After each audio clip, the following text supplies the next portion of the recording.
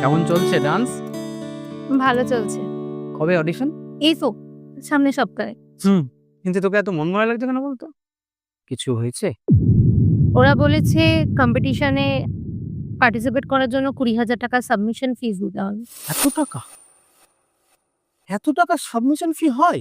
আমিও তো তাই বললাম। কি বললো ওরা? ওরা বলছে যে এখন নাকি সাবমিশন ফিস ছাড়া কোনো অডিশনই নাকি হয় না। এই জন্যই বলে নাচ, গান এসব বড়লোকদের ছেলেমেয়েদের জন্য।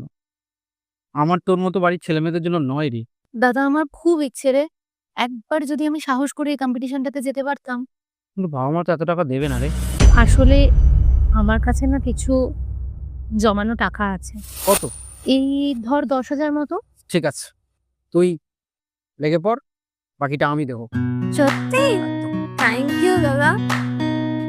হ্যাঁ, ঠিক আছে, তুই ওদের মেন ব্রাঞ্চে কথা বল, চ্যানেলে কথা বল, চিন্তা করিস না। খোঁজ নে, নিশ্চয়ই খোঁজ পাবি।